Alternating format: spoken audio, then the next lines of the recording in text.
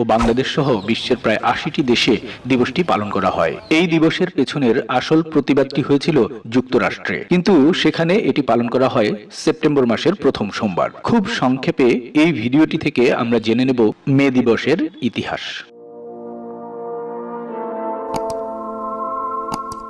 একসময় শ্রমিকদের নির্দিষ্ট কর্মঘণ্টা, বিশ্রাম বা বিনোদন বলতে কিছু ছিল না। মালিকদের ইচ্ছা অনুযায়ী তাদেরকে একটানা ১৬-১৭ ঘন্টা কাজ করতে হতো।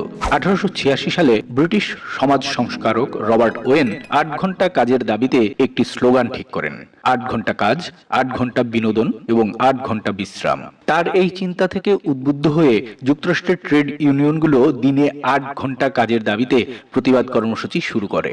এরই ধারাবাহিকতায় সবচেয়ে বড় আন্দোলন হয় ১লা মে শিকাগো শহরে, যেখানে প্রায় ৪০,০০০ শ্রমিক সমবেত হয়। এ সময় পুলিশ ও বিক্ষোভকারীদের মধ্যে সংঘর্ষ দেখা দেয়, একজন মারা যায় ও